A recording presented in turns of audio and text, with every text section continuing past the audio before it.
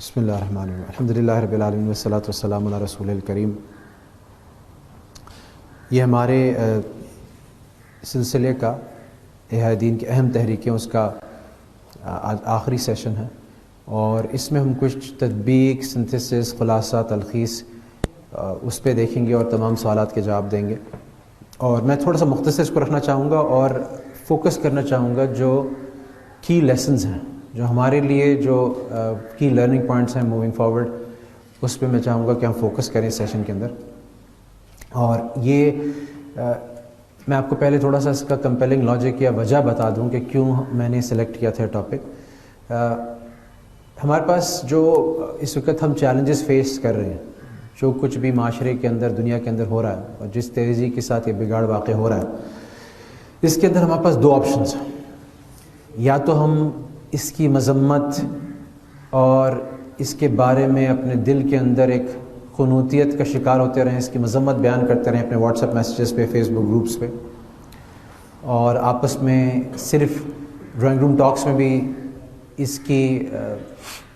منفیت، اس کے منفی اثرات کا تذکرہ کرتے رہیں۔ دوسرا آپشن ہمارے پاس یہ ہے کہ ہم بہت سیریس اور بہت سنجیدگی سے، بہت سیریسلی غور کریں کہ اس وقت ہمارے کرنے کے کام کیا ہیں، اور یہ جو صورتحال پیش آ رہی ہے اس میں ہمارے جو اکابرین پہلے گزرے، سب سے بڑے ہمارے اکابر نبی کریم علیہ السلام بذات خود، اور ان کے رستے پہ چلنے والے جو مختلف اوقات میں اللہ سبحانہ تعالیٰ نے مجددین اور علماء اور صوفیہ اور جن حضرات سے بڑا زبردست درجے کا کام لیا، اس حد تک کام لیا کہ ان کو باقی علماء نے بھی، باقی محدثین نے بھی، باقی صوفیہ نے بھی مجدد مانا، اور انہوں نے ایسا کام کیا کہ جس کی وجہ سے ایک جو تاریخ کا رخ نظر آ رہا تھا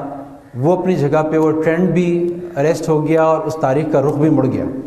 تو ان سے ان کی کیا صفات تھیں، ان کی تحریک کے اندر کیا بڑی بڑی اس کے خواص تھے جس کی وجہ سے اللہ تعالیٰ نے اس کو قبولیت کو درجہ دیا، غیبی نظام میں اور ظاہری نظام میں وہ کیا اسباب تھے جو انہوں نے اختیار کیے،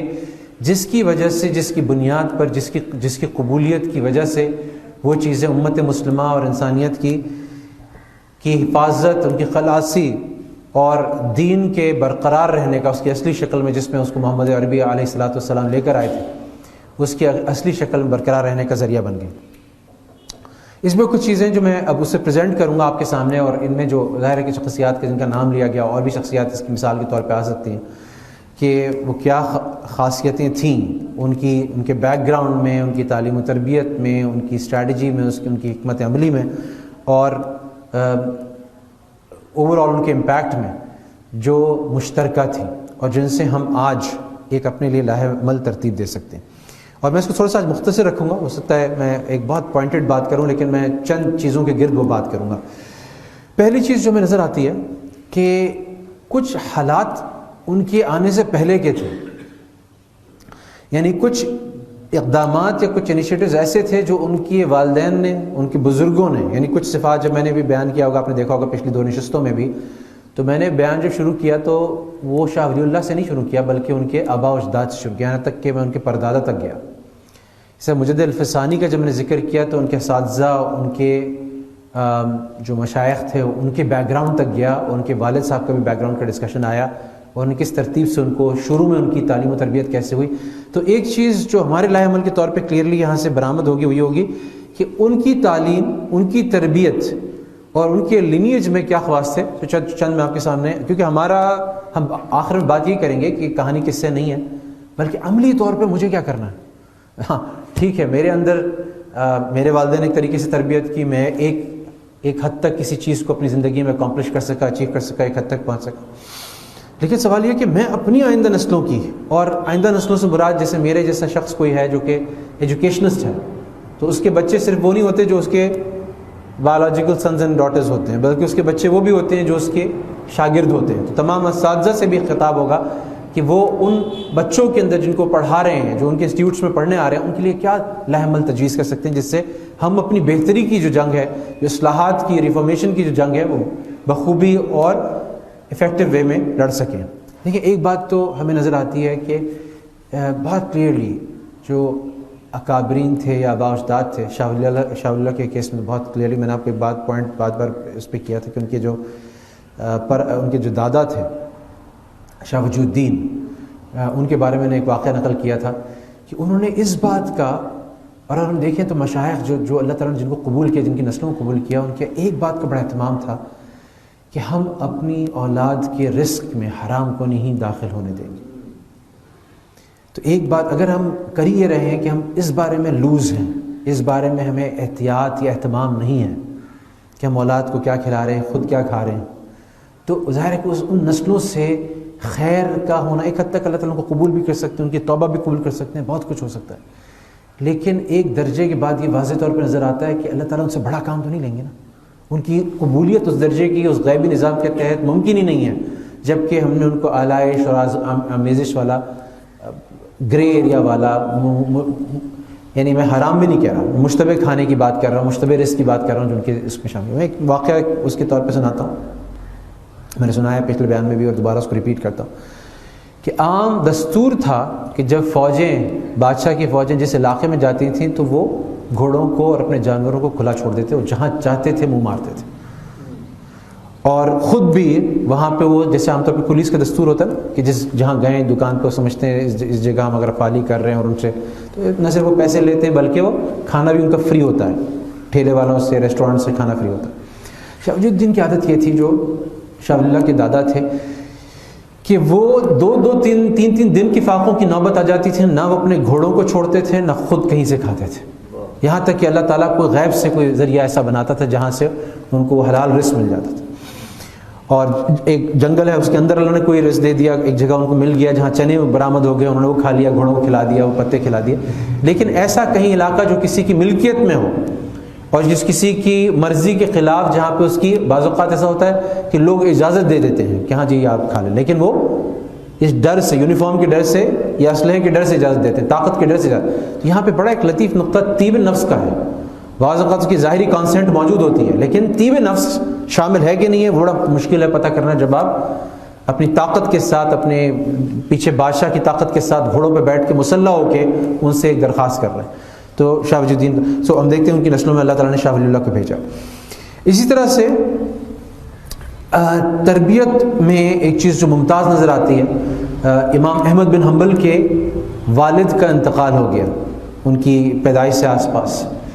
لیکن ان کی ماں نے جو ان کی تربیت کی، والد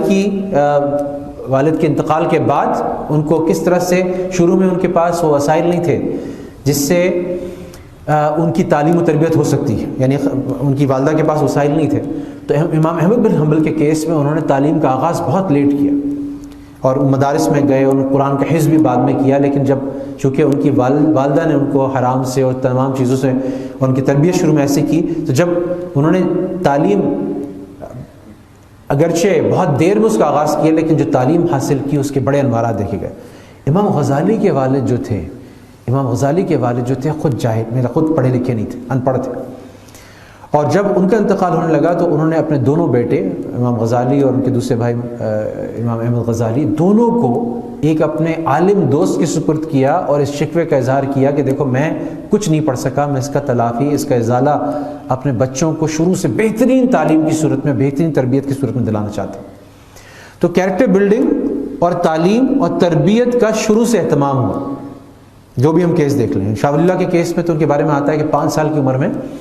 ان کو حفظ کرانا شروع کرا دیا تھا، 7 سال کی عمر میں انہوں نے حفظ ختم کر لیا تھا، 7 سال کی عمر سے ان کی دوسری کتابیں شروع ہو گئی تھی. 7 سال کی عمر میں شاہ ولی اللہ رحمہ اللہ لکھتے ہیں کہ میں اپنے والدین کے ساتھ تہجد میں اٹھتا تھا اور اپنا ہاتھ ان کے ہاتھ میں پکڑاتا تھا اور ان کے ساتھ ان کے اعمال میں شریک ہوتا. یہ تو والدین بھی تہجد گزار تھے دونوں، اور جو ان کے والد تھے شاہ عبد الرحیم، ان کی تو عمر بھی زیادہ تھی، وہ تقریباً اس ٹائم پہ وہ تقریباً 66 سال کے ہوں گے، اور وہ اور ان کی والدہ جو تھیں وہ اٹھتے تھے اور ان کے ساتھ یہ بھی اٹھتے تھے اور عبادت کرتے تھے. تربیت کا ساتھ ساتھ شروع سے ہو گئی. مجدد الفسانی رحمہ اللہ کے بارے میں آتا ہے کہ ان کے والد نے ان کی کتابیں ابتدا سے شروع کی تھیں، جو کتابیں آج کل درس نظامی کی منظم شکل میں مرتب ہیں، جس میں علوم اصلیہ، قرآن حدیث کے علاوہ ایسے علوم جو ان کی تفہیم تک پہنچنے کا ذریعہ ہیں، منطق، فلسفہ، صرف و نحو، وہ تمام جو ذرائع کے علوم تھے ان کی کتابیں شاہ ولی اللہ کو بھی اور مجد الفسانی کو بھی ان کے بچپن میں پڑھائی گئیں. لیکن اس تعلیم کے ساتھ ساتھ جو آج کل مدارس میں پڑھائی جاتی ہیں، اس کے ساتھ ساتھ ان کی تربیت کا الگ نظام تھا. تو تربیت کے لیے ان کے والد صاحب نے، مجد الفسانی رحمہ اللہ کے والد صاحب نے ان کو ان کی باقاعدہ کسی سلسلے میں، اپنے علاوہ کسی سلسلے میں جوڑنے سے پہلے قادریہ سلسلے اور چشتیہ سلسلے کے اندر جو ان کی سلوک کی اور ان کی تزکیے کی جو تربیت ہونی تھی، جو مراحل طے کرنے تھے، اس کا سلسلہ انہوں نے اپنے والد کے ساتھ بہت ایک ارلی ایج سے سٹارٹ کر دیا تھا. ایسا نہیں تھا کہ درس تمام تدریس اور علوم مکمل ہوں گے اس کے بعد پھر وہ اپنا روحانی تزکیے کا، تصوف کا، سلوک کا اور احسان کا سلسلہ طے کریں گے، بلکہ وہ چیز پہلے ہی ہو گئی تھی، ان کے بچپن سے وہ سلسلہ شروع ہو گیا تھا. امام غزالی کا سفر ذرا سا مختلف ہے، اگرچہ ان کی تعلیم کے ساتھ ساتھ تربیت کی بھی عناصر تھے،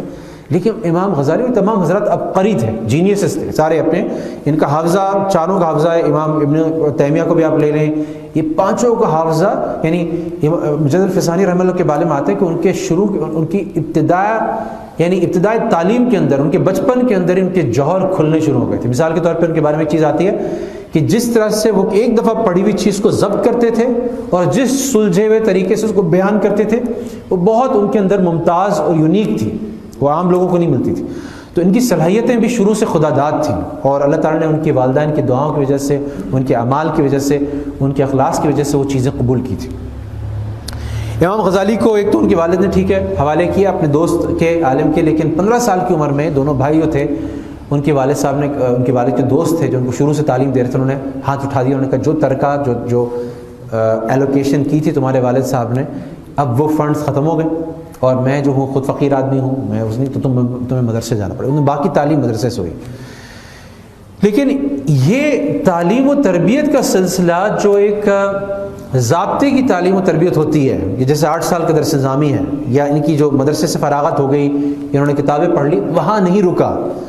بلکہ یہ تمام حضرات لائف لانگ لرنرز تھے. یعنی اپنی پوری زندگی کے لیے یہ طالب علم کی حیثیت انہوں نے نہیں چھوڑی. جن حضرات کا ہم جن کو ذکر کر رہے ہیں، جن سے اللہ نے بڑا کام لیا، یہ لائف لانگ. مثال کے طور پہ امام غزالی رحمہ اللہ نے، آپ حیران ہوں گے کہ جب وہ جو تصوف اور سلوک کی منازل بھی طے کر لی، تو انہوں نے اس طرح سے سند جس طرح سے حاصل کی جاتی ٹریڈیشنل مدرسے میں، اس میں سے کچھ کمی رہ گئی تھی. تو امام غزالی جس وقت وہ اپنی آخری عمر کے حصے میں تھے، یعنی آخری 10 سال میں سمجھے، اس وقت اس نے اس بات سے شرم نہیں کی، اس بات سے حیا نہیں کی کہ باقاعدہ حدیث کسی محدث کی صحبت میں جا کے شرف تلمذ حاصل کریں اور ان سے اس سند کو، نبی کریم صلی اللہ علیہ وسلم کی سند کو قائم کریں. تو انہوں نے بخاری اور ترمذی بہت عمر کے ایک آخری حصے میں، نہیں امام غزالی کا توتی پوری دنیا میں بولتا تھا، لیکن جو اس میں کمی رہ گئی تھی، جو ان کو نظر آتی تھی، انہوں نے اس کو پورا کیا اپنی عمر کے آخری حصے میں. تو یہ میں تعلیم و تربیت کے عنوان سے بات کر رہا ہوں کہ جن لوگوں کو اللہ تعالیٰ نے یہ درجہ دیا، ان کا تعلیم و تربیت کا رجحان اور تشویق یعنی شوق کس قسم کا تھا. امام مجد الفسانی رحمہ اللہ فرماتے ہیں، آپ کو پتا ہوگا کہ بڑے مجدد ہو گئے تھے اور ان کا اثر و رسوخ بہت پھیل گیا تھا، اور جہانگیر نے ان کے اس ڈر سے کہ ان کا جو اثر و رسوخ تیزی کے ساتھ پھیل رہا تھا، ان کو 1 سال کے لیے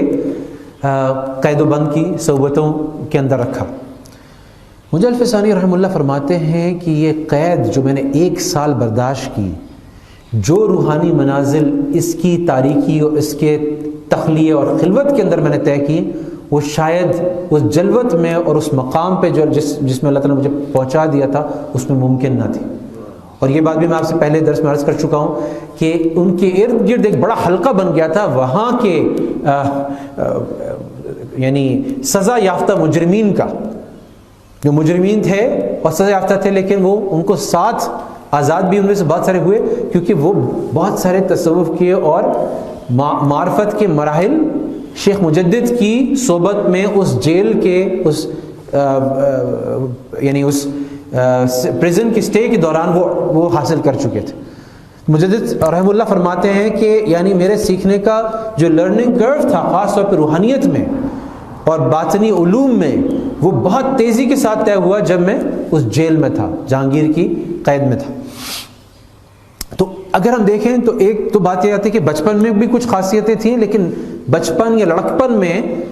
ان کا سلسلہ جو تھا تعلیم و تربیت کا ختم نہیں ہوا، بلکہ وہ ساری، یہ مشہور واقعہ امام غزالی کا ہم جانتے ہیں کہ امام غزالی جو تھے، نظام الملک طوسی رحمہ اللہ نے ان کو نظامیہ جو سب سے بڑا نیٹ ورک تھا مدارس کا، بغداد میں بھی تھا، دوسری جگہوں پہ تھا، وہاں کے صدر مدرس تھے، اعلیٰ ترین پوزیشن پہ تھے، لیکن اس کے باوجود ان کے اندر سے جب یہ ایک آواز آئی کہ میں نے تو یہاں بڑے بڑے سلجوقی سلطانوں کی صحبت کو اختیار کیا، میں نے جاہ طلبی کی، میں نے مناظرے کیے، اور اس میں کلیئرلی اسٹیبلش ہوا کہ یہ غزالی امام وقت ہے، یہ جو عالم ہے اس وقت اس کا کوئی مقابلہ نہیں۔ ان کے اندر سے یہ اللہ تعالیٰ نے ایک بہت ایک زوردار تقاضا پیدا کیا، ایک داعیہ پیدا کیا کہ میں جو ہوں انہی چیزوں کے پیچھے پڑ گیا ہوں، اور حقیقی جو اصلاح ہے اور جو روحانی اصلاح ہے، جس کے اندر نیت کی اصلاح ہے، جس کے اندر کردار کی اصلاح ہے، وہ نہیں۔ تو انہوں نے اپنا تمام ترکہ تقسیم کیا اور ریزگنیشن دیا اپنی پوزیشن سے۔ ان کو علماء نے اور سلاطین نے اور عمراء نے سمجھانے کی کوشش کی کتنا امت کا نقصان ہو جائے گا، اس سب کے باوجود انہوں نے ایک چیز طے کی، اور طے کرنے کے بعد وہ 12 سال کے لیے روپوش ہو گئے، دمشق چلے گئے، بیت المقدس چلے گئے، اور وہاں پہ بالکل گوشہ نشینی اختیار کر کے اور اپنا نام نہ پتہ لگ، اور یہاں تک ایک واقعہ آتا ہے کہ جب وہ دمشق میں تھے اور وہاں کی یونیورسٹی کے اندر وہ گئے، اور کسی نے بیان کیا، اس بھی یونیورسٹی کے اندر ان کا ذکر آیا کہ غزالی نے یہ کہا ہے، تو چونکہ وہ عجب کے درجے سے اور اپنی اصلاح کے لیے ان سب چیزوں سے بھاگے تھے، تو وہ وہاں سے بھی بھاگے کہ اس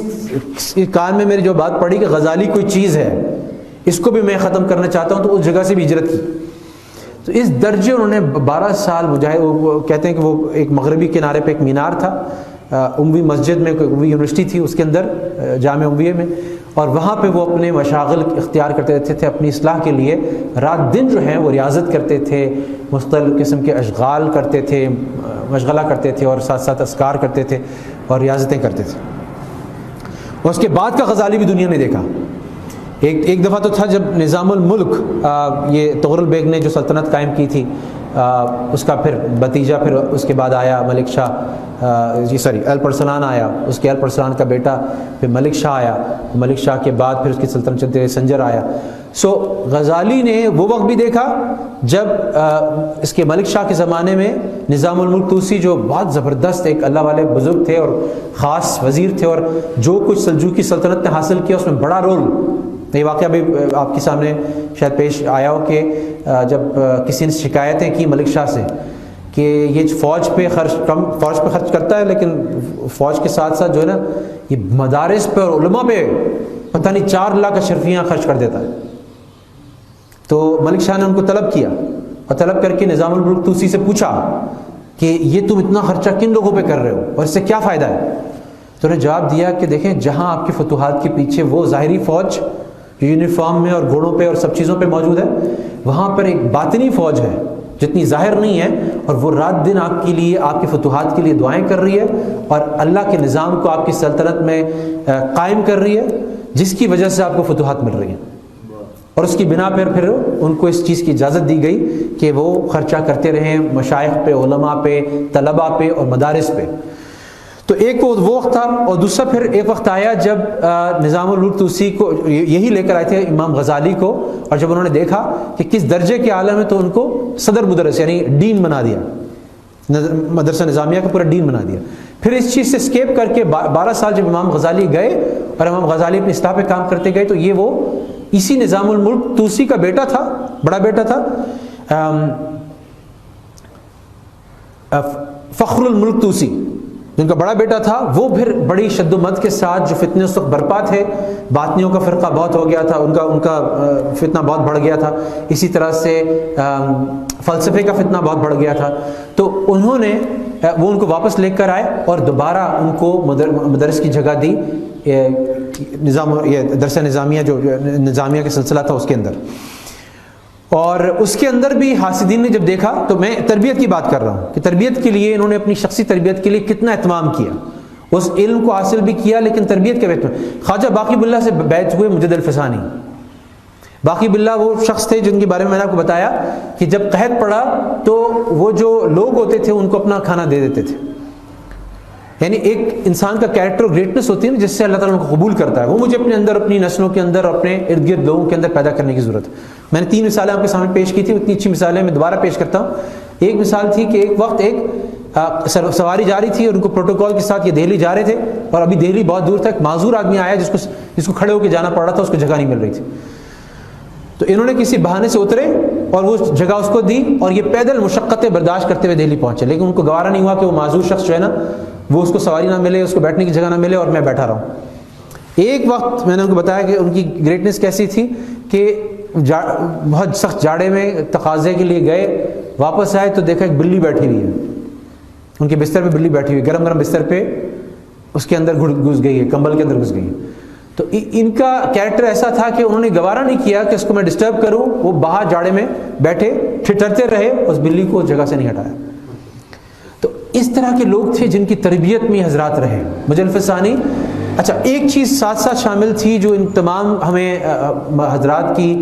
زندگی مشترک ملتی ہے، کہ ان تمام حضرات کی زندگی میں بشارتیں تھیں. کچھ خواب کے ذریعے سے، جس میں نے ذکر کیا تھا. میں چونکہ تطبیق کر رہا ہوں یہاں پہ تو کچھ چیز ریپیٹیشن کے طور پہ آئے گی.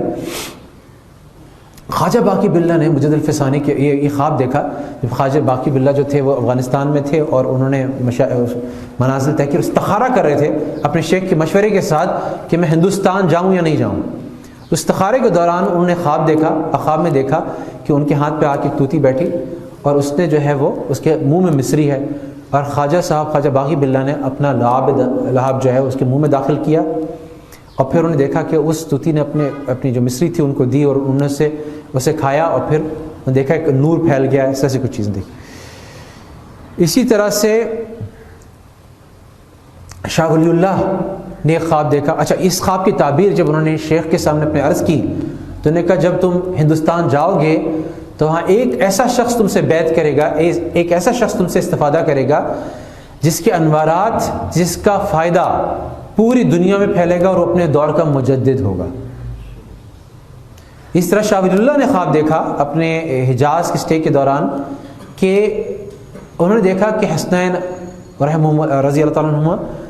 ان کے خواب میں آئے، یعنی حضرت حسن، حضرت حسین. حضرت حسن نے ایک قلم پیش کیا اور کہا کہ یہ میرے نانا کا قلم ہے. اور جیسے ہی شاہ ولی اللہ نے ہاتھ بڑھایا اس کو لینے کے لیے، انہوں نے کہا ایک منٹ ٹھہر جاؤ، اس کے اندر کچھ ذرا سا اوپر سے ٹوٹ گیا ہے، تو یہ حسین ہے، اس کو ٹھیک کر کے تمہیں دیں گے. تو حضرت حسین رضی اللہ عنہ نے اس کو ٹھیک کر کے ان کو دیا، اور اس کو ٹھیک کر کے. اچھا، اس کا مطلب کیا نکلتا ہے؟ اس کی تعبیر جو علماء نے بیان کی وہ یہ بیان کی کہ جو اصلاحی کام جس نہج پہ اور جس صحت پہ نبی کریم صلی اللہ علیہ وسلم نے کیا، اسی کو ریوائیو کریں گے، اسی کی تجدید کریں گے، اسی کا احیاء کریں گے شاہ ولی اللہ. لیکن اس میں ایک فلیور کیا ہوگا؟ اس میں ایک فلیور تجدید کا ایسا ہوگا جو حضرت حسین کے آتے تک خاص طور پہ سیاسی نظام کے اندر ایسا فساد پیدا ہو گیا تھا یزید کی وجہ سے، جس کی وجہ سے پھر حضرت حسین کی آنے کی وجہ سے وہ پھر آخر میں اس کی اصلاحات کا ذریعہ بنا. تو حضرت حسین کی اس نوک کو ٹھیک کرنے کا مطلب یہ تھا کہ کوئی سیاسی کام بھی ایسا کریں گے، کوئی معاشرتی کام بھی ایسا کریں گے جس کے انوارات ہوں گے. اور آگے چل کے وقت نے ثابت کیا کہ مرہٹھوں کا جو قلعہ کما تھا، وہ ایک جو لابینگ کی شاہ ولی اللہ رحمہ اللہ نے،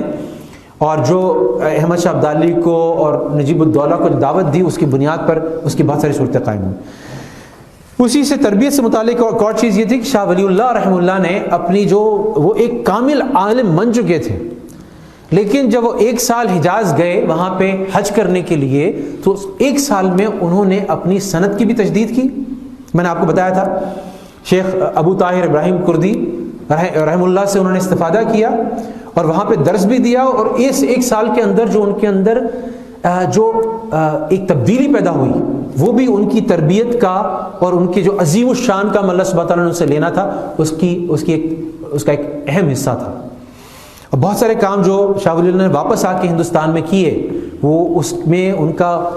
وہ حصہ بھی شامل تھا جو ان کے والدین کی تربیت تھی اور اٹھان تھی، اور ساتھ ساتھ وہ حصہ بھی شامل تھا جو انہوں نے 1 سال وہاں پہ قیام کیا تھا حجاز کے اندر، اور وہاں جو سند حاصل کی تھی اور تعلیم کو دوبارہ اس کو ایک طریقے سے رینیو کیا تھا.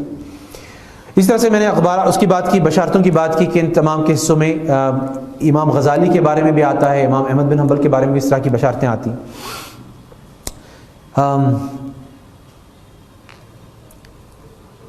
ایک جو مشترکہ چیز ہمیں ان تمام حضرات میں ملتی ہے یہ کہ وہ یہ سارے جو تھے یہ اوریجنل تھنکرز تھے، یعنی ان میں سے ہر ایک کے اوپر ایک بڑا زبردست ایک تو یہ سب تمام لینیج سے آ رہا ہے، ایسا کوئی نہیں تھا جو اٹھ کے بغیر کسی پیچھے ٹریڈیشن سے یا سند کے بغیر کوئی عالم بنا ہو۔ سارے ایسے تھے کہ جن کا بچپن ہی ایسا تھا جو حدیث کے اور قرآن کے اور تصوف کے اور فقہ کے اور منطق کے اور فلسفے کے علوم میں، چاہے شاہ ولی اللہ کو دیکھیں، چاہے ہم مجدد فسانی کو دیکھیں، چاہے امام غزالی کو دیکھیں، امام احمد بن حنبل بھی اپنے دور کے تو سب سے مقتدیٰ تھے، ان کے زمانے کے جو علوم تھے اس میں ان کی بڑی بہترین تربیت ہوئی تھی۔ لیکن اس کے باوجود تمام چیزوں کو جو ان کو دی گئی بڑے سنہری سلاسل سے ان تک پہنچی، اس کے باوجود یہ ایسے نہ تھے کہ ان کی چیزوں کو خود نہ سوچتے ہوں اور اس میں یہ نہ تلاش کرتے ہوں کہ اس کی وجوہات کیا ہیں، اور میں یہ تجسس نہ ہو، تجسس کا مادہ نہ ہو کہ پیچھے جا کے دیکھیں اس کی اصل کیا ہے اور یہ کہاں پیچھے سے آ رہی ہے۔ تو یہ مادہ ان کے اندر بدرجہ اولا موجود تھا۔ امام غزالی کے بارے میں تو یہاں تک آتا ہے کہ وہ جب تمام انہوں نے اکتساب علم کیا اور فیض کیا، لیکن اس کے بعد ان کے بارے میں خود لکھتے ہیں اپنی کتابوں میں کہ میں بغداد جب گیا تو بغداد میں کبھی میں فلاسفہ کے ساتھ بیٹھتا تھا، کبھی باطنیہ فرقے کے لوگوں کے ساتھ بیٹھتا تھا، کبھی تصوف والوں کے ساتھ، صوفیہ کے ساتھ بیٹھتا تھا، کبھی قرآن مختلف لوگوں کے ساتھ بیٹھتا تھا اور ان سے ان کے اشکالات پوچھتا تھا، ان کے عقائد کے بارے میں تجسس کرتا تھا، ان کے بارے میں معلومات حاصل کرتا تھا۔ اس کی وجہ سے میرے لیے اللہ تعالیٰ نے یہ کام بڑا آسان کر دیا تھا، کیونکہ میں نے ان کی چیز کو بڑا اچھا اسٹڈی کیا تھا۔ اگر آپ دیکھیں اس وقت ہمارے زمانے میں ایک واقعہ آتا ہے، انگریز جب آیا تو انگریزوں نے ایک پادری کو لے کر آئے جس نے مسلمانوں کے جتنے علماء تھے ان کو ایک ایک کر کے چت کر دیا، اور دہلی کے اندر اس نے ببانگ دہل ایک دعویٰ کیا کہ مسلمانوں میں سے کوئی نہیں جو میرا مقابلہ کر سکے۔ تو مولانا کرانوی، ظاہر الحق کرانوی کو اللہ تعالیٰ نے اس وقت بھیجا، جن کو مقرر کیا اس وقت کے بڑے بزرگ، میں ان کا نام بھول رہا ہوں، کہ تم ان کے ذریعے، تو انہوں نے کیا کیا کہ پوری عیسائیت کو پڑھا اور عیسائیت کو پڑھ کے پھر ان کو چیلنج کیا، اور انہوں نے جو پہلا چیلنج کیا، پہلا جواب دیا، اس کے آگے بہت تھوڑی دیر ان کی ڈیبیٹ چلی، بہت تھوڑی دیر ان کا مناظرہ چلا، وہ واپس چلا۔ یہ ممکن ہی نہیں ہے کہ ہم صرف قرآن حدیث پڑھ کے فرقہ باطلہ کا مقابلہ کر سکیں۔ اگر ہمیں عیسائیوں کو مقابلہ کرنا ہے تو عیسائیت کو پڑھنا پڑے گا، اگر ہمیں باطنیت کا مقابلہ کرنا ہے تو باطنیت کو پڑھنا پڑے گا، اگر ہمیں فلاسفہ کا مقابلہ کرنا ہے تو فلسفیوں کی تحریروں کو پڑھنا پڑے گا۔ امام غزالی نے یہ اتنا کام اس حد تک کیا کہ انہوں نے اپنی بالوں سے فلاسفہ کو، باطنیہ کو، جتنے طبقات تھے ان کو فل کلین بولڈ مارا، انہی کی حجت سے، انہی کی لاجک سے، کیونکہ ان کو آپ قرآن کی لاجک نہیں دے سکتے، تو کہہ رہے ہیں ہم قرآن پہ تو یقین نہیں رکھتے، ان کو فلسفے کی سے ہی مارنا پڑے گا آپ کو۔ تو تحفۃ الفلاسفہ جو انہوں نے کتاب لکھی، اس میں انہی کے بدیہات سے، انہی کی ڈیڈکشن، انہی کی منطق سے، انہی کی قیاس سے، انہی کے استقراء سے ان کو بیٹ کیا، ان کو شکست دی، اور اس کا جواب ان سے نہ بن پڑا۔ تو یہ بات رکھیے گا کہ ان کی یہ اوریجنل تھنکرز تھے، اور انہوں نے یہ ایک چیز ساتھ کے ایک چیز ساتھ یاد رکھیے گا کہ امام محمد رحمہ اللہ، جن کا جو امام شافعی کے استاد تھے، امام حنیفہ کے شاگرد تھے، انہوں نے ایک بات لکھی ہے کہ جو زمانے کے حال سے واقف نہیں، اب یہ بہت بڑے عالم ہیں، یعنی سارے فقہ حنفی کی جو تدوین ہے اس کا صحرا جو ہے امام محمد شیبانی کو جاتا۔ امام یوسف کے شاگرد تھے، امام حنیفہ کے شاگرد تھے، امام شافعی کے استاد تھے۔ انہوں نے لکھا، جو ہم فقہ حنفی پڑھتے ہیں نا تو وہ ساری چیزیں وہیں سے ہم ڈرائیو کرتے ہیں۔ امام محمد ایک چیز فرماتے تھے کہ وہ یہ کہتے تھے کہ جو چاہے کتنا بھی حدیث پڑھ لیا ہو، چاہے کتنا بھی قرآن پڑھ لیا ہو، اگر وہ زمانے کے حالات سے واقف نہیں ہے تو وہ جاہل ہے۔ عجیب سی بات ہے، علماء کو شاید، لیکن علماء سے ہی سیکھی ہم نے تو یہ چیز، علماء نے ہمیں بتایا، مدرسے میں بتایا گیا کہ یہ چیز انہوں نے کہی۔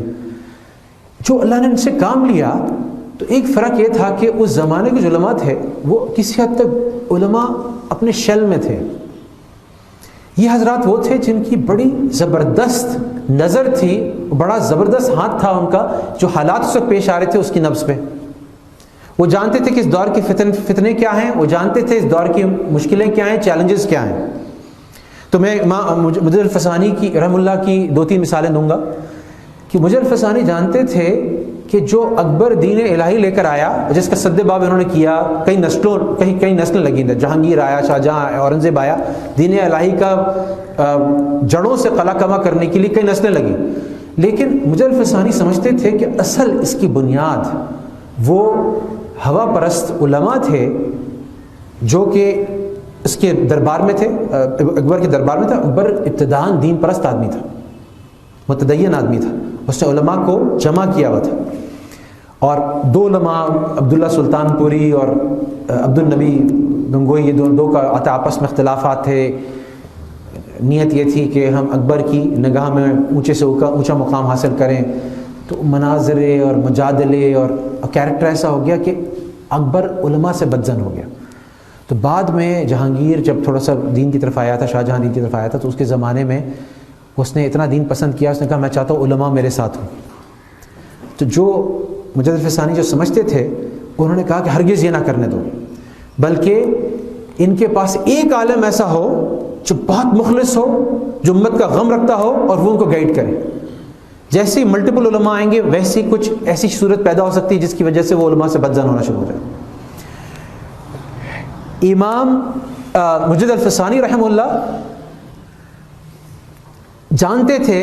کہ اس وقت امت کی بیماریاں کیا ہیں، آمیزش علائش آئے کہاں سے ہے، شاہ ولی اللہ بھی جانتے تھے۔ تو دونوں نے یہ دیکھا تھا کہ جو ہندوستان تھا اس دور کا، اس میں تصوف سلوک کے نام پہ جو محنت ہو رہی ہے، اس میں قرآن حدیث کے خلاف بہت سی باتیں شامل ہو گئیں۔ تو اس کے تزکیے کے لیے انہوں نے شریعت کو اس کو سپریم بنانے کے لیے اور تصوف کو، سلوک کو اس کے تابع کرنے کے لیے بڑی زبردست محنت کی۔ مکتوبات میں دیکھ لیں، شاہ ولی اللہ کی تصنیفات میں دیکھ لیں، تو یہ بات ہمیں بدرجہ اولیٰ ملتی ہے۔ اس کے علاوہ انہوں نے ایسی حکمت عملیاں اختیار کی، ان کو پتہ تھا کہ اس وقت کی ضرورت کیا ہے۔ تو انہوں نے مثال کے طور پہ مجد الفسانی رحمہ اللہ نے ایک کام یہ کیا کہ اپنا درس کا حلقہ قائم کیا۔ شاہ ولی اللہ نے بھی یہ کیا، میں شاہ ولی اللہ پہ بعد میں آتا ہوں، پہلے مجد صاحب کی بات بتاتا ہوں۔ ایک کام انہوں نے کیا، دوسرا کام انہوں نے یہ کیا کہ چیدہ جہانگیر کے دربار میں جو دین پسند وزراء تھے، ان میں ایک کا نام آتا ہے فرید مرتضیٰ خان، ایک کا نام آتا ہے اعظم خان۔ ان لوگوں کو چن کے ان کی کیفیات معلوم کی اور ان کو ٹارگٹ کر کے خط لکھے، اور ان پہ ثابت کیا کہ پورے جسم کی اصلاح دل کی اصلاح پہ معمور ہو رہا ہے، جو حدیث میں بھی آتا ہے۔ ایک حصہ ایسا ہے، ایک دل، یعنی ایک تمہارے جسم کے اندر ایک آرگن ایسا ہے، اگر وہ صحیح ہو جائے تو تمام اعضاء صحیح ہو جاتے ہیں، وہ دل، وہ دل اور وہ دل۔ انہوں نے کہا اس وقت حکومت کی حیثیت دل کی ہے، وہ پورا ہندوستان جو ہے اس کا جسم ہے، اگر دل میں اصلاح ہو جائے تو پورا جو ہندوستان ہے اس کے اندر اصلاح ہو سکتی ہے، پوری امت کے اندر اصلاح ہو سکتی ہے۔ تو انہوں نے ٹارگٹ کیا ان کو، اور ان کو کہا، اور ان کو اللہ کا واسطہ دیا، اور ساتھ ساتھ ان کو ڈرایا کہ اس وقت آپ جہانگیر کو اس بات پہ تیار کریں کہ دین کی ترویج ہو، مدارس قائم کریں، صحیح علماء کے ہاتھ میں اس کی باغ دوڑ دیں۔ اور یہاں تک کہا کہ اگر آپ کو یہ بات سمجھ آ رہی ہے اور یہ کام آپ کر سکتے ہیں، اور اللہ کا ایک کام ہے جس کی پوری امت محتاج ہے اور وہ ایک شخص پہ موقوف ہے، اور وہ اس اصلاح کو کر سکتا ہے اور نہ کرے، وہ بہت بڑا گناہ گار۔ اور ان کو تیار کر کے آہستہ آہستہ موقع شناسی، مردم شناسی کے اعتبار سے جہانگیر کے کان میں کیا کیا بات ڈالنی ہے اس کے لیے تیار کیا۔ اسی میں بس نہیں کیا، پھر انہوں نے ایک فوج تیار کی علماء کی، ان میں سے ماوراء النہر اور سینٹرل ایشیا کے اندر ان میں سے 70 علماء بھیجے جو نقشبندی سلسلہ کو اور اس اصلاحات کے اس میں ماہر تھے اور اس کے مکلف تھے، جن پہ مجد الفسانی نے ان کی تربیت کی تھی۔ تو افراد تیار کیے، اور افراد تیار کر کے 70 کی جماعت سینٹرل ایشیا بھیجی، یعنی یہ ممالک جو ترکستان کہلاتے ہیں وہاں پہ بھیجی۔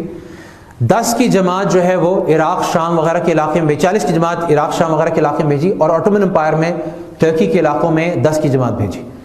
ابھی بھی جب ہم جاتے ہیں وہاں پہ ٹرکی کے اندر، تو وہاں پہ نقشبندیہ سلسلہ جو ہے سب سے مضبوط ہے صوفیہ کے یہاں، تو اس کے اثرات ہمیں ہر جگہ نظر آتے ہیں۔ شاہ ولی اللہ رحمہ اللہ نے جب وہ حجاز کے سفر سے واپس آئے تو انہوں نے درس کا سلسلہ قائم کیا، درس حدیث کا، درس قرآن کا، جس کے اندر جگہ چھوٹی پڑنے لگی تو محمد شاہ جو اور اس کا بہادر شاہ ظفر کا بیٹا تھا، اس نے ان کو ایک حویلی دی دہلی کے وسط میں، جہاں پہ ان کا سلسلہ کہیں سے کہیں پھیل گیا۔ پھر انہیں افراد تیار کیے، منطق کا الگ، فلسفے کا الگ، حدیث کا الگ، فقہ کا الگ، ایسے افراد تیار کیے جو آپ کہہ سکتے ہیں جو اسپیشیلٹی تھی اس ڈسپلن کے اندر فیکلٹیز تیار کی، اور جو لوگ آنا چاہتے تھے ان کو ان سے ملایا اور ان سے استفادہ کیا۔ امام غزالی نے احمد سنجر کے دور میں، یہ سنجر سلجوقی کے دور میں بھی، اور اس سے پہلے اس کے ملک شاہ کے دور میں بھی ایک مجلس قائم کی ایلیٹ علماء کی، جن کو وہ ساری باتیں سکھاتے تھے جو انہوں نے فلاسفہ کے خلاف سیکھی تھی، جو دین کے اندر برائی آئی تھی، وہ ساری چیزیں ان کو بتاتے تھے۔ ان سب کے درس کا حلقہ تھا۔ احمد بن حنبل کا جو درس کا حلقہ تھا اس کی تو 4 دہانگ شہرت تھی۔ تو ایک بات یاد رکھیے کہ انہوں نے بڑی زبردست حکمت عملی سے جو ان کا فیض تھا، جو اللہ تعالیٰ نے ان کو سجھایا تھا، اس کو چاروں طرف پھیلایا، اپنی حد تک محدود نہیں رکھا۔ اچھا، اس کے علاوہ انہوں نے میں نے رجال کار کی بھی بات کی، ان کی انڈرسٹینڈنگ آف دا سچویشن اور چیلنجز کی بھی بات کی۔ انہوں نے کیا اسٹریٹجی، حکمت عملی کا ایک جز یہ بھی تھا کہ انہوں نے ایسی تصانیف لکھی جس سے علماء کی اصلاح ہوئی اور علماء کے ذریعے سے پوری امت کی اصلاح ہوئی، اور ایسی مارکۃ الآراء تصانیف لکھی جو کہ اگر ٹاپ 10 تصانیف جو احیاء کی یا تجدید کی اٹھائی جائیں تو اس میں آئے گی۔ اس میں مثال کے طور پہ مجلد ثانی کی تحریر ہے، ان کے مکتوبات ہیں۔ یہ مکتوبات جو ہیں نہ صرف شریعت کے اندر، نہ صرف تصوف کے اندر، بلکہ شریعت کے اندر بھی بنیادی حیثیت رکھتے ہیں اگر کوئی بھی اصلاح کا کام کرنا چاہتا ہے، تجدید کا کام کرنا چاہتا ہے۔ میں نے آپ کو ذکر کیا تھا پچھلی مجلس میں حجت اللہ البالغہ کا۔ یہ ایسی جامع تصنیف ہے کہ اس کے اندر علتیں بھی ہیں، حکمتیں بھی ہیں، اس کے اندر تصوف اور تزکیہ کا بھی ذکر ہے، اور سوکس یعنی ایک شہر کیسے قائم کیا جائے اس کا بھی سسٹم ہے۔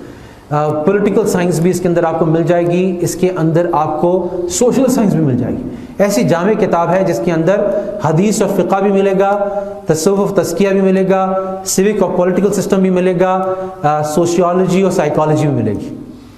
اسی طرح سے امام غزالی کی تصنیف احیاء العلوم، اس دور کے اعتبار سے وہ جو بھی اس دور کا جو زہر تھا اس کا بہترین تریاق ہے،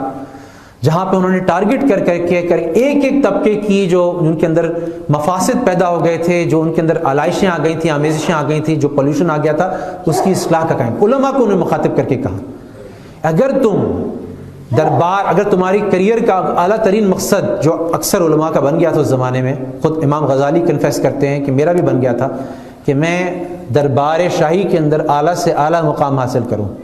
اگر تم اس نیت سے ہی علم کو حاصل کرو گے تم تو ابتدا نہیں مردود ہو اللہ کی نظر میں۔ اور اگر تمہارا دوسرا کام کیا تھا کہ ایک تو یہ تھا مسئلہ بہت بڑا علماء میں، دوسرا مسئلہ کیا تھا کہ وہ آپس میں مناظروں میں اور اپنے مسلک کے دفاع کے اندر اتنے مشغول ہو گئے تھے کہ معاشرے کی جو اصلاح تھی اس کی طرف سے ان کی توجہ ہی ہٹ گئی تھی۔ اس لیے معاشرہ جو تھا وہ ابتری کا شکار تھا، وہ تنزلی کا شکار تھا، اور علماء جو دیکھیں ایک بات یاد رکھیے گا کہ مجدد جو ہے نا وہ علماء کے طبقے سے باہر نہیں پیدا ہو سکتا۔ ایسا نہیں ہو سکتا کہ کوئی غیر عالم مجدد بن جائے، ایسا ممکن نہیں۔ امام شافعی بڑی اچھی بات کرتے ہیں، وہ کہتے ہیں کہ علماء ہی سب سے اس بات کے حقدار ہیں کہ وہ ولی بنے، اور وہ کہتے ہیں اللہ تعالیٰ کسی جاہل کو ولی نہیں بناتا۔ اگر ہم اپنے اولیاء میں ایسے لوگ بھی دیکھتے ہیں، ہمیں اکثر میں نے جو تحقیق کی ہے تو تمام علماء ہی تھے، ان کا علم تھا، ان کے علم پہ گرفت تھی، اور علم سے مراد جس کی بنیاد قرآن حدیث پہ ہو، پھر اس میں اور علوم بھی آ جاتے ہیں جس میں منطق فلسفہ وغیرہ بھی آ جاتا ہے، لیکن بنیاد قرآن حدیث و فقہ ہے۔ تو یہ تمام علماء تھے اور انہوں نے اس چیز پر، اس ٹھیٹ علم پر سب کو جمع کیا۔ تو احیاء علوم الدین میں امام غزالی نے پہلے علماء کے طبقے کو ٹارگٹ کیا، پھر اس کے بعد سلاطین کے طبقے کو ٹارگٹ کیا۔ یہ جملہ انہوں نے سلطان سنجر کے دربار میں، جو اس وقت ان کو فنڈ بھی کر رہا تھا، ان کا سرپرست بھی تھا، اور اس نے اپنے دربار میں بلایا تھا، اس نے کہا تمہارے جو گھوڑے پہ جو سونا لدا ہوا ہے، جو وہ لدے ہوئے ہوں، وہ جو ہے اس کی وجہ سے جو ہے نا وہ پوری جو تمہاری عوام ہے اس کے اوپر تکالیف اور مصائب اور بھوک اور افلاس کا بوجھ لدا ہوا ہے۔ تم جو ان سے ٹیکسز لے رہے ہو دوسری چیزیں کر رہے ہو، تو انہوں نے کھل کے اس کے دربار میں. اسی طرح سے انہوں نے جو عمراء اور تاجر تھے ان کی بھی اصلاح کے بارے میں لکھا، جو دوسرے لوگ تھے معاشرے کے، وہ احیاء العلوم الدین کے اندر سب چیزیں. انہوں نے ایسی تصنیفات کی. تمام حضرات نے، امام احمد بن حنبل نے اپنی مسند لکھی اور دوسرے حضرات نے دوسری کتابیں لکھی جو مارکۃ الآراء، جنہوں نے رول ادا کیا امت کی اصلاح میں اور ان کے اندر احیاء دین کے اور قرآن اور سنت کے اصل مزاج کے احیاء کے اندر. ایک عجیب چیز جو ظاہر ان کی زندگی میں نظر آتی ہے وہ یہ کہ جو اللہ تعالیٰ نے صرف ان کے علم پر، ان کے بہت ہی ایک مخلص اور بڑے مقبول ایک شجرے کے اوپر اور ان کے والدین کی تربیت کے اوپر اور ان کی محنتوں پہ اور ان کی صلاحیتوں پہ صرف موقف نہیں کیا، بلکہ اللہ تعالیٰ نے ان سب سے بڑی بڑی قربانیاں بھی لیں. میں نے آپ کو واقعہ بتایا کہ مجد الفسانی کو 1 سال جہانگیر نے جیل میں رکھا، وہاں قید و بند کی انہوں نے صعوبتیں برداشت کی. اس کے علاوہ طرح طرح کے اشکالات ان پہ اٹھے. اس وقت بھی آپ دیکھیں تو بہت سارے لوگ مجد الفسانی جیسی شخصیت کو مسلمانوں کے اندر سے نشانہ بنا رہے ہوتے کہ انہوں نے تصوف کو اس کی جگہ پہ رکھا. تو ایسے صوفیہ جو یہ چاہتے ہیں، ایسے طبقہ جو یہ چاہتے ہیں کہ تصوف کے نام پہ ہوا پرستی کریں، خواہشات نفسانی کا اتباع کریں، بدعات کو پروموٹ کریں، ظاہر ہے وہ ابھی مجد الفسانی کو برا بھلا کہیں گے.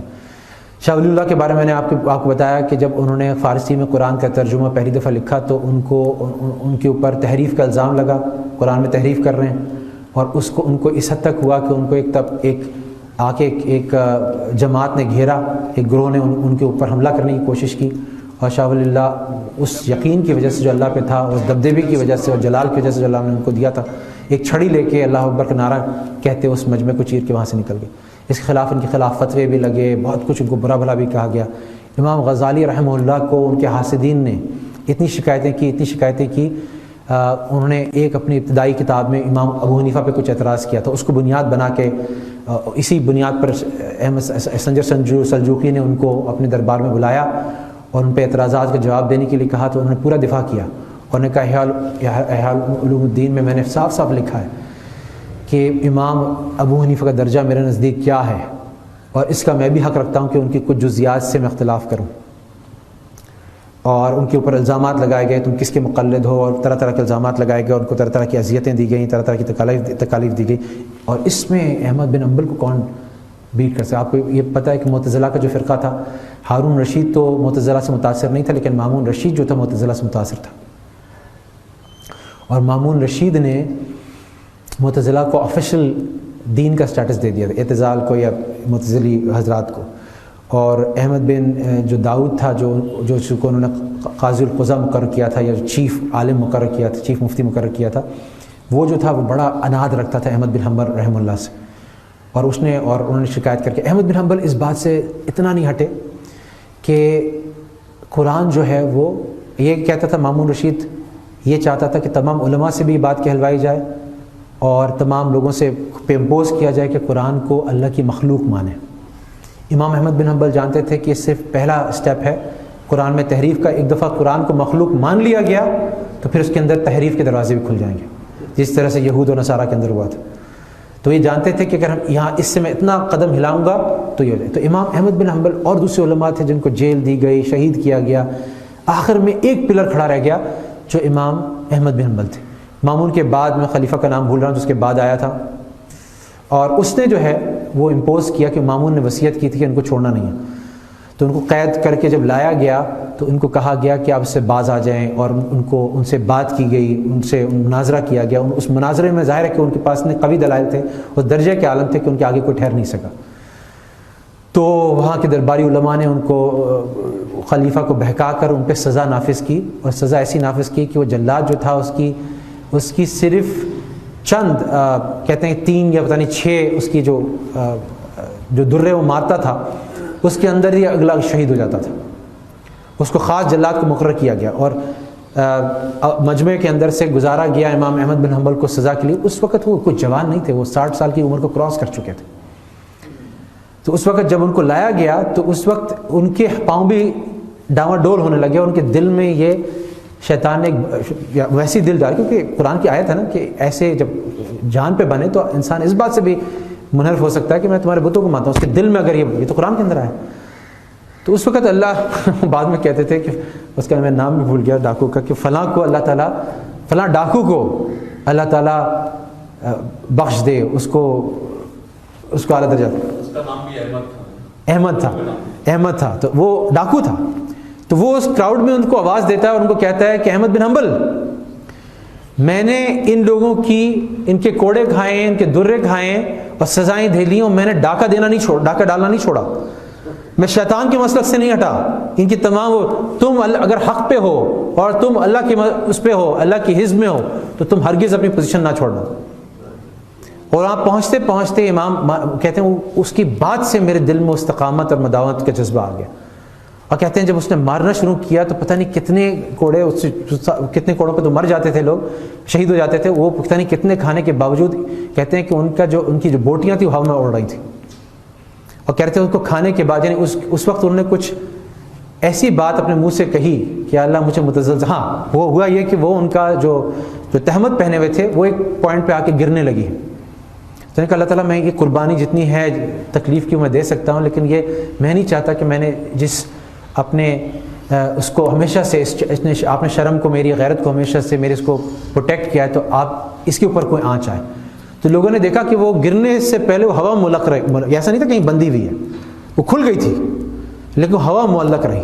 تو جب وہ دعا کرنے لگے تو اس وقت خلیفہ نے دیکھا یہ اپنے لب ہلا رہے ہیں. تو خلیفہ کی بھی ایک درجے جرت ہوتی ہے، تو اس کو ڈر ہوا کہ یہ میرے بارے میں بد دعا تو نہیں کر رہے. تو اس نے امام صاحب کو کہا کہ امام صاحب خدا کے لیے میرے لیے بد دعا نہ کریں. تو انہوں نے کہا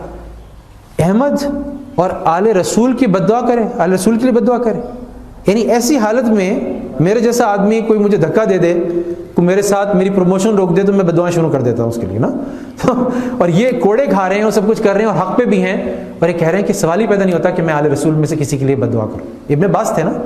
یعنی یہ بنو عباس تھے نا. تو اس طرح سے انہوں نے کیا. اور اس کے بعد جب کہتے ہیں جو لوگ ان کو لے جا رہے تھے، کہتے ہیں ہم کسی بھی حصے پہ ان کے ہاتھ رکھتے تھے وہ چیخیں مارتے تھے. لیکن اس کے بعد ان کو اللہ تعالیٰ نے اس کے بعد ایسی شہرت دی، ایسی قبولیت دی کہ وہ اگلے جو خلیفہ آئے وہ ان کے معتقد تھے. تو ایک جو کامن ان مجددین میں ملتی ہے کہ ساری زندگی ان کی قربانی سے تعبیر تھی، اور قربانی بھی صرف اللہ کے لیے. اور اس کو امام احمد یہ کہتے تھے، شہرت جب ان کو ملی تو یہ کہتے تھے یہ وہ جو بنو عباس نے جس فتنے میں مجھے مبتلا کیا تھا، خلق قرآن کا فتنہ، اس سے بڑا فتنہ ہے. کیونکہ اللہ والا چاہتا ہے کہ گوشہ نشینی اختیار کر کے رکھے. امام غزالی نے اپنی پوری امت کے اندر ممتاز ترین عالم ہونے کی حیثیت کو چھوڑ کے وہ گمنامی اور گوشہ نشینی اختیار کر کے وہ اپنا کام میں اور اپنی اصلاح میں مصروف تھے. امام احمد بن حنبل کے آخری دور میں جب یہ ان کے اوپر یہ شہرت کا یہ آیا تو وہ اس سے کراہت کرتے تھے، اس سے بھاگتے تھے، اس کو اپنے لیے فتنہ سمجھتے تھے. تو یہ چند باتیں تھیں کہ ان کے اندر جو ثابت قدمی، ریزیلینس اور قربانی کا جذبہ تھا. اور ایک عجیب بات جو میں آپ کو پچھلی شاہ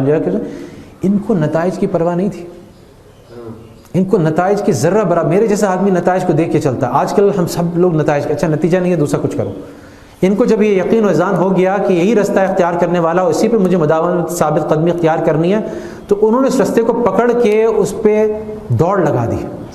اور اس پہ جمے رہے آخری وقت تک. اور یہ نہیں دیکھا کہ کتنا اللہ تعالیٰ کی طرف سے کبھی شکوہ نہیں کیا کہ اللہ تعالیٰ کیا رزلٹ لا رہے ہیں، مجھے تو مستقل ناکامیاں ہو رہی ہیں، مجھے تو لوگ گھیر رہے ہیں، میرے خلاف تو فتاوے آ رہے ہیں، میں تو اس وقت لومۃ لائم، یعنی قرآن میں کہتے ہیں نا اللہ تعالیٰ ان کو لومۃ لائم کی پرواہ نہیں تھی. کہ یہ لومۃ لائم کا مطلب ہوتا ہے کہ جو تانا دینے والے اور الزام لگانے والے، اگر اسی میں میرے جیسا آدمی، تو مجھے ایک چھوٹا سا بھی پچھلے دنوں ایک میرے پہ چھوٹا سا الزام لگا نا کسی ایک کانٹیکس میں، تو میں بڑا دل برداشتہ ہو گیا. میں نے کہا یار یہ کیا بات ہوئی، مطلب میں کوئی ایسا کام ہی نہیں کرا. پھر مجھے ایک بڑی چیز بچپن میں کام آئی، مجھ پہ ایک کلاس 4 میں ایک الزام لگ گیا تھا. وہ میں ایسی اس کے طور پہ آپ کو بتا رہا ہوں کہ وہ کسی کو ایجوکیشن اسکول تھا سینٹ جوڈ، وہاں پہ ایک لڑکے نے ایک لڑکی کو خط لکھا، لو لیٹر ٹائپ، اور اس کے اندر نیچے نام میرا لکھ دیا. جو ٹیچر تھی وہ میری پٹائی کرتے ہوئے نا وہ پرنسپل کے پاس لے گئیں. پھر بعد میں اس لڑکے نے خود ہی اقرار کر لیا خط میں نے لکھا تھا. تو میں خلاصی پہ آ گیا اس سے الزام سے، لیکن وہ ٹیچر میری نظریں ملانے کے قابل نہیں رہی. تو جو لوگ بغیر تحقیق کے الزام لگاتے ہیں نا، اور اکثر میں بتا رہا ہوں کہ بڑے متقین کا طبقہ ایسا ہے جو اس آیت پہ بھی پیچھے نہیں جاتے کہ اللہ تعالیٰ نے کہا کہ جب کوئی فاسق کوئی بیان کر کے لے کر آئے تو اس کی بات کو تحقیق تو کر لو. اگلی پارٹی کی بات سنے بغیر آپ کیسے رائے قائم کر سکتے ہیں؟ تو ان حضرات کی جو چیز اندر وہ تھی کہ ان کو پتہ تھی چٹان کی طرح تھے جس پہ لہریں لگ رہی ہیں، جس کو ہوا لگ رہی ہے، لیکن وہ اپنے اس پہ قائم رہے، اپنے مسلک پہ، اور اپنی جو بھی ان کو اللہ تعالیٰ نے منہج دی تھی، تجدید کا جو رستہ دیا تھا اس پہ قائم رہے، اور ان کے خلاف نامساعد حالات آتے رہے، اس پہ قائم رہے. پھر ان کو اللہ نے شاہ ولی اللہ بنایا، پھر اللہ نے ان کو مجدد الفسانی بنایا، پھر ان کو امام غزالی بنایا، پھر ان کو اللہ تعالیٰ نے امام احمد بن حنبل بنایا. اور میں تو یہ پیک کے لوگوں کو لے رہا ہوں، ایک اور بہت سارا صوفیہ کرام ہیں، بزرگ ہیں جن سے اللہ تعالیٰ نے اس طرح کا کام لیا. تو یہ وہ چیزیں تھیں، وہ صفات تھیں، وہ خصوصیات تھیں ان کی تحریکوں کی. خاص طور پہ آج کل کے دور میں اگر ہم یہ دیکھیں کہ اس وقت، اچھا ایک چیز جو میں چھوڑ گیا وہ یہ تھا کہ دیکھیں ان کے اندر جو ایک ڈرائیونگ انجن تھا نا، دیکھیں ایک جہاز ہے، وہ جہاز جو ہے نا بوئنگ 737 ہے، بالکل لیٹسٹ ٹیکنالوجی والا جہاز ہے. اس کے اندر اس کے جو ونگز ہیں وہ بھی بڑی ایرو ڈائنامک شکل کے ہیں. اس کی جو آگے اس کی جو آپ کہہ لیں آگے اس کی نوک ہے، چونچ ہے، وہ بھی بالکل، اس کا انجن بھی بڑا زبردست ہے، ملٹیپل انجنز ہیں، بڑا سیکیور. بہت ساری چیزیں ہمیں مل جائیں گی لوگوں میں، لیکن اصل چیز جو ہوتی ہے نا وہ فیول ہوتا ہے. اگر فیول ہی نہ ہو اس جہاز کے اندر، یا فیول تھوڑا ہو، تو آگے دور تک نہیں جا سکتا. اس وقت جو یہ حدیث کے علماء بھی ہیں، فقہ کے علماء بھی ہیں بہت سارے، لیکن جو قبولیت کا جو اصل مدار ہے نا اس فیول پہ ہے، جو انسپریشن ہے، جس کو میں نبی کریم علیہ الصلوۃ والسلام والی فکر اور ان کی سوچ اور ان کے اندر جو، اما عائشہ کہہ رہی ہیں کہ ایسا لگ رہا ہے جیسے وہ اندر سے نا ہانڈی ابلنے کی آواز آ رہی. وہ ان مجددین کو اس کا بڑا حصہ ملا تھا کہ ان کے رات دن کے اندر ان کو ایک آگ لگی ہوئی تھی اندر. یہ امت کہاں پہنچ گئی، اس امت کی اصلاح کیسے ہوگی، یہ اتنے بڑے فتنے ہیں. تو وہ جو فیول تھا نا، پھر ان کا جو حدیث اور ان کا فقہ اور ان کی تربیت، ان کا تصوف اور ان کا سلوک اور ان کے کردار، وہ سب چیزیں everything fell into its place. لیکن اگر بنیادی طور پہ دیکھا جائے تو وہ جو ڈرائیونگ فورس تھی وہ فکر تھی جو یہاں پہ ابلتی تھی، جو ان کے دل کے اندر وہ آگ لگا کے رکھی ہوئی تھی. اسی وجہ سے ان کا روٹین اگر دیکھیں، مجدد الفسانی پہلی تہائی رات بھی نہیں سو رہے اور آخری تہائی رات بھی نہیں سو رہے، صرف درمیانی تہائی رات سو رہے ہیں. اور سارے دن کا اگر ان کا معمول دیکھیں تو کبھی وہ مراقبے ہیں، کبھی لوگوں کو استفادہ ہے، کبھی اور چیزیں ہیں، رات تک اس میں مشغول ہیں. اس طرح سے دوسرے حضرات کا معمول دیکھیں تو اس معمول کے اندر، کیونکہ آخری چیز جو ہے نا قابو آئے گی معمول سے. کیسے میں 4-5 گھنٹے کی نیند کے اندر تہجد بھی قائم کروں، فَإِذَا فَرَغْتَ فَانْصَبْ إِلَىٰ رَبِّكَ فَارْغَب کا بھی مظہر ہوں کہ ایک طرف میں اللہ سے رجوع بھی، یعنی اللہ سے مدد کے بغیر تو ہو ہی نہیں سکتا نا. اگر میں دن میں محنت کر رہا ہوں، رات میں وہ اللہ سے رو کے مانگ نہیں رہا ہوں، تو قبول کیسے ہوگی محنت؟ ادھر اللہ سے رابطہ بھی اسٹرانگ ہے، ادھر مخلوق میں بھی کام ہو رہا ہے، درس و تدریس بھی چل رہا ہے، تصانیف. امام یعنی شاہ ولی اللہ رحمہ اللہ کے بارے میں نے آپ کو بات بتائی تھی کہ اشراق کے بعد بیٹھے، شاہ عبد العزیز فرماتے ہیں، ان کے بیٹے فرماتے ہیں کہ ان کو ہم دیکھتے ہیں جنبش نہیں کرتے تھے، وہ ایک ہی رخ پہ تصنیف کرتے چلے جاتے تھے ظہر کے ٹائم تک. دوپہر جب تک نہیں ہوتی تھی وہ اپنا پہلو نہیں بدلتے تھے. تب پھر اس سے ازالۃ الخفا عن الخلفاء، پھر اس کے علاوہ یہ ان کی اور کتابیں، حجت اللہ البالغہ کا ہم نے ذکر کیا، جن تصانیف جو گراؤنڈ بریکنگ تصانیف ہمیں ان سے ملتی ہیں، انفاس العارفین اور دوسری کتابیں ملتی ہیں، وہ ساری اس طرح سے تھیں. اور یہی چیزیں ہمیں ان کی ملتی ہیں معمولات کے اندر. تو اصل چیز جو ہے نا وہ ہمیں اپنے نسلوں کے اندر، اپنے اندر موت سے پہلے وہ فکر، وہ جذبہ جو امت کی، انسانیت کی، اپنے ارد گرد معاشرے کی، یا اپنے آگے آنے والی نسلوں کی اصلاح کو وہ پیدا کرنا ہے. اس سے پھر چیزیں جو ہے نا وہ خود اپنی چیزیں ترتیب اپنی جگہ پہنچتی رہیں گی، اپنی جگہ لیتی رہیں گی. تو یہ وہ چند چیزوں کا خلاصہ تھا. میں تھوڑا سا وقت سے بھی تجاوز کر گیا ہوں، لیکن میں چاہتا ہوں کہ یہ سلسلہ نہ کسی حد تک جو بڑوں کی، ہمارے اکابرین کی جو بایوگرافیز ہیں یا ان کی جو سوانح ہیں، ان سے پڑھ کے بہت ساری چیزوں کے بارے میں بڑی کلیئرٹی آتی ہے. تو اگر کسی حد تک ہم اپنے گھروں کے اندر ہی یہ چند کتابوں کا اگر مطالعہ شروع کریں اور ان چند بیانات کو اگر ہم ویسی سن لیں، آن لائن سن لیں یا کچھ اور کر لیں، تو کیا ہوگا کہ ہمیں حکمت عملی ملے گی کہ ہمیں کس طرح سے اپنی زندگی کی ترتیب دینی. جب ہم ان کی قربانیوں کو اور ان کی اچیومنٹس کو دیکھیں گے تو پھر ہمیں ہوگا کہ ہم نے تو دنیا ویسی بہت کما لی ہے. اب ہمیں امت کے ایک فرد کے طور پہ، ایک امتی کے طور پہ نبی کریم علیہ الصلوۃ والسلام کے مشن کے اندر کیا رول پلے کرنا ہے، اس کی طرف ہماری توجہ جائے گی.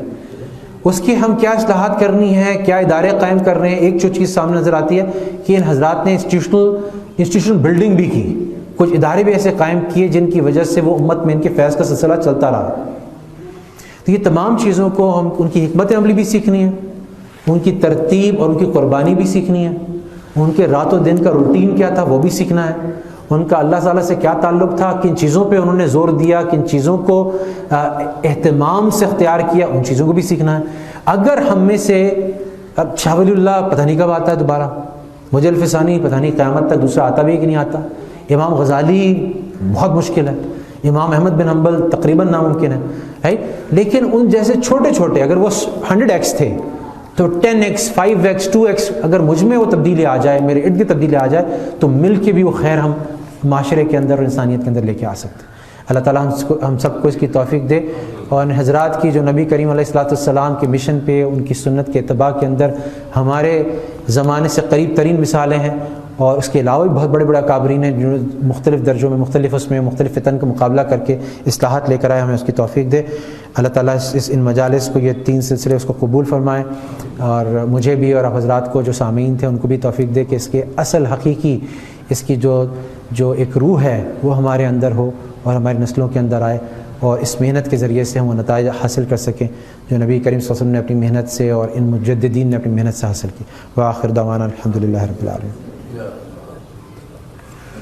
اچھا, میں دعا بھی کرا لوں. مختصر اعلان ہے کہ القرآن کورسز کے تحت اگلا ماہانہ درس قرآن و حدیث جو ہے وہ 13 فروری 2022 کو یہاں القرآن کورسز سینٹر میں بہادرآباد میں ہوگا,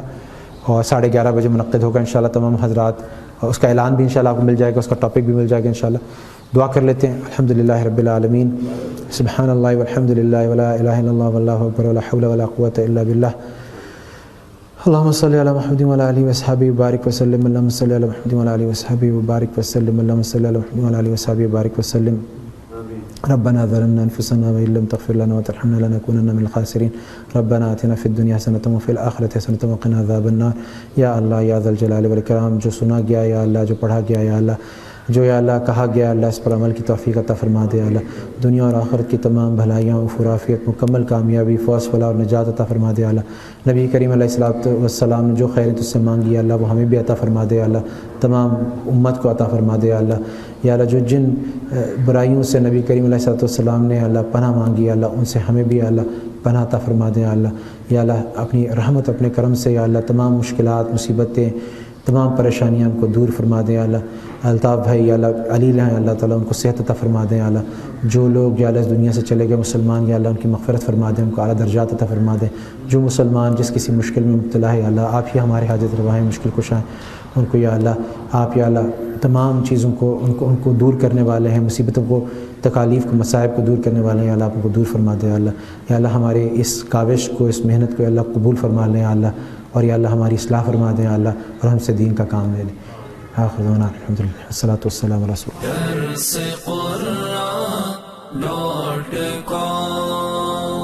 www.darsequran.com